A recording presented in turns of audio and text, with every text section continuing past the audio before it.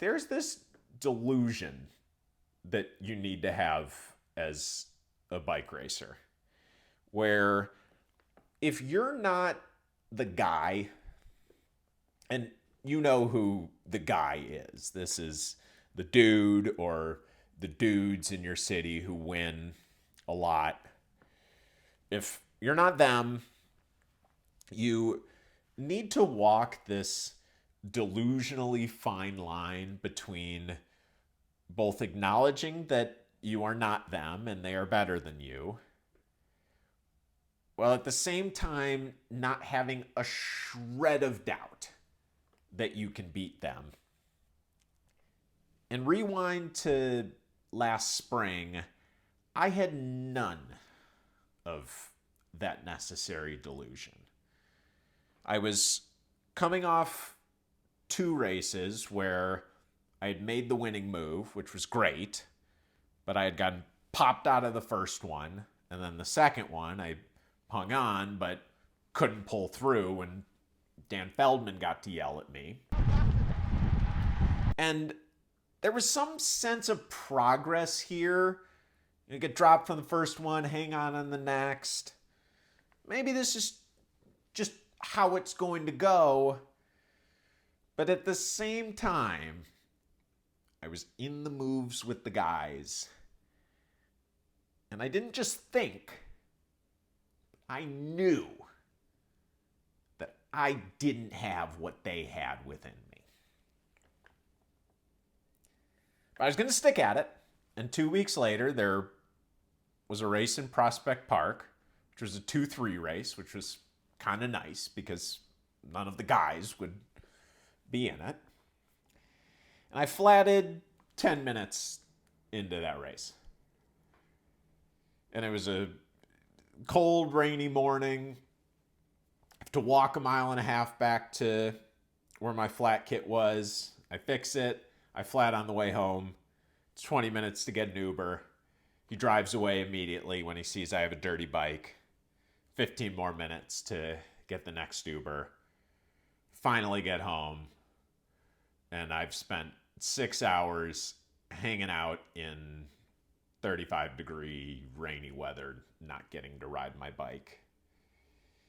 And that, in combination with getting popped and not competing, put a lot of doubt into my mind as to the positive role that bike racing was playing in my life. So I decided to take a bit of a step back. I rode less. I started to mentally deprioritize it. And there was another race the week after the double flat day.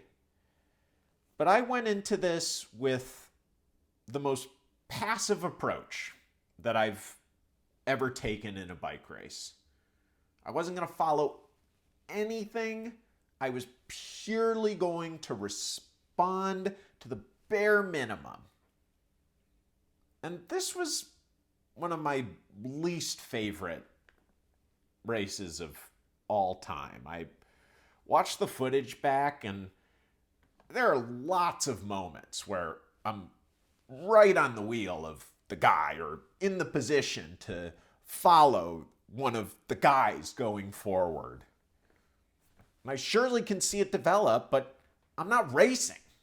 The race was just acting upon me. And it was totally unsatisfying, which led to me deciding to fight for scraps towards the end of it in a hectic sprint finish, and I narrowly escape a crash at 30 miles per hour, which best case scenario would have led to a 13th place finish.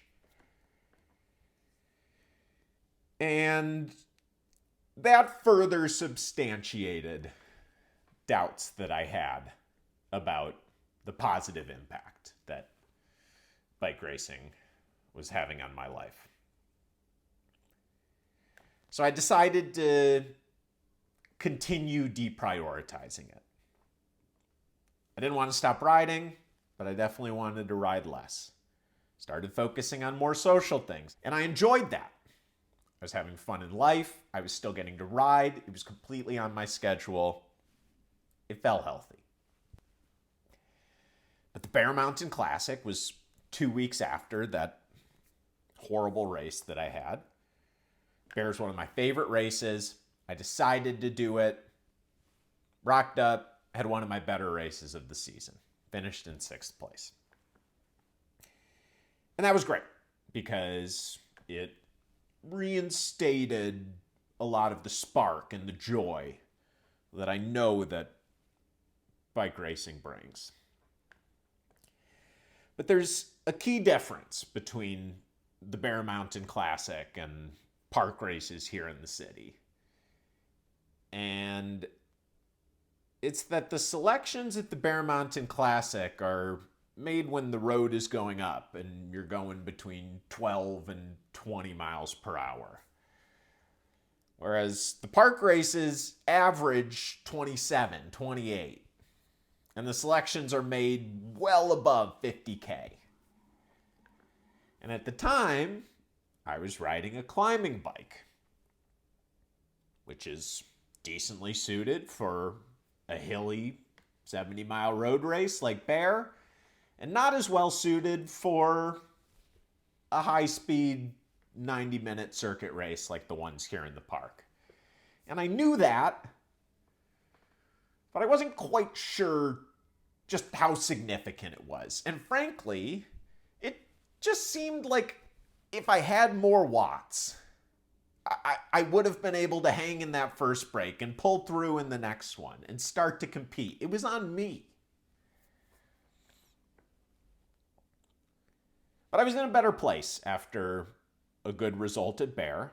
And I was heading out of town the next weekend, and there wasn't going to be racing for maybe a month. It was a really good period of reset. And the day before I was heading out of town, I was heading out to ride, and I wasn't very careful as I took my bike off the stand and set it against the wall.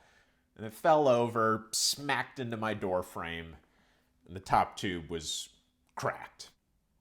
And initially, I was pretty pissy because I wouldn't get to ride. I was all kitted up. It was a beautiful spring day. And I immediately started thinking about the logistics of either getting it fixed or getting a new bike. And I didn't want to deal with any of that fuss. But after about 15 minutes of that, I realized that the dog had had its final bark. And I was never going to have to race that bike again. And I didn't know what I was going to replace it with, but I had had my eye on a Madone Gen 7. I started doing some research, and in an Uber on the way to my friend's wedding in Mexico, I purchased a certified pre-owned Trek Madone Gen 7.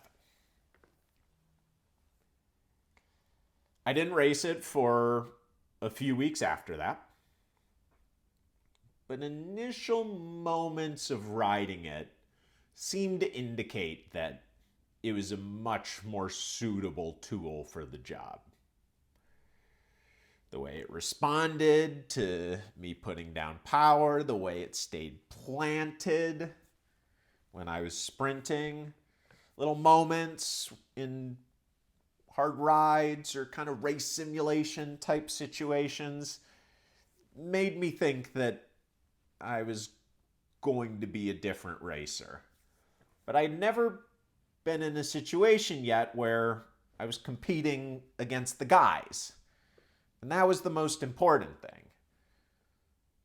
So when I rock up to Prospect Park on June 7th, and it's a full field, I'm excited to test out the new tool, but I still don't have any of that healthy delusion. So about 25, 30 minutes into the race, move goes up the road.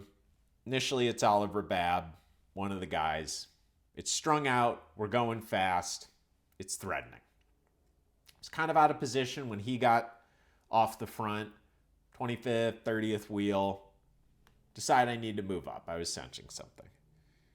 And I see that strong rider from Jameson, Sebastian, and none other than Dan Feldman on his wheel are preparing to jump. And I have momentum moving up and a clear run at it. And I know they're going to do it. And I know that it's the move. And I don't go. Because I didn't have the delusion. And I didn't think that I could compete with them. And the second it went, I knew it was gone. Started bitching at Hilltop because they had 8 guys and weren't chasing it. It's going to go. They said, "It's no way it's going to go." I said, "Yeah, it's going to go. It's Dan Feldman up there." Yeah, there is. Yep, it's going to go. But this wasn't anyone's fault other than mine. Because I didn't have the delusion. And 2 minutes later, 3 minutes later, I got one more little chirp in. Yo, that thing's gone, man. And I was paying more attention to that than the race when Danielke, one of the strongest riders in the city, jumps. An old cattle car of the guys follow him. And I'm not really paying attention, so I'm kind of out of position and don't really have the momentum. But I had the representation and had firepower. It was something worth chasing, and I was pissed off. And it was a pretty significant bridge. High speed, big watts, hurt like hell. But I made it with the guys.